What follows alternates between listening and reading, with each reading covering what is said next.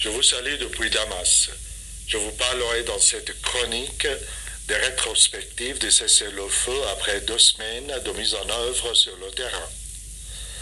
Hormis les quelques violations ici et là d'une première trêve après presque 5 ans de guerre, nous sommes en mesure de dire que la trêve a été en gros respectée et que les violations perpétrées par certains groupes djihadistes qui n'ont pas signé la trêve ont été traitées efficacement et sévèrement par les bombardiers terroristes en tant que cas isolés. La trêve, la paix relative, mais fragile, ont ressuscité l'espoir d'une fin d'un calvaire.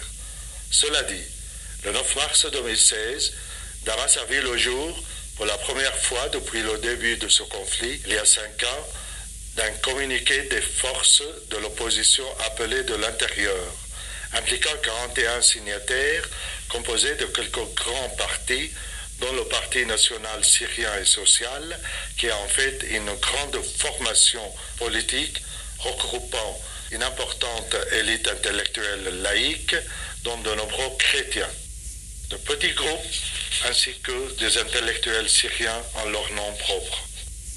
Tous les signataires du communiqué déclarèrent leur approbation accomplie à l'accord signé entre la Russie et les États-Unis à Vienne dans le cadre du groupe international de soutien à la Syrie.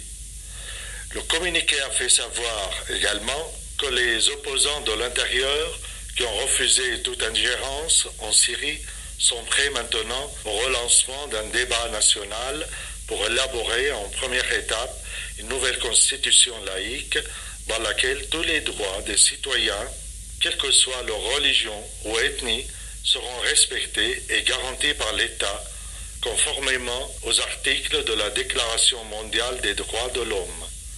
Les signataires du communiqué du 9 mars ont affirmé solennellement que la solution en Syrie ne peut qu'être politique. Et pour y parvenir, il faudra mettre tous les terroristes djihadistes étrangers dehors, puis relancer le débat syro-syrien vivement souhaité.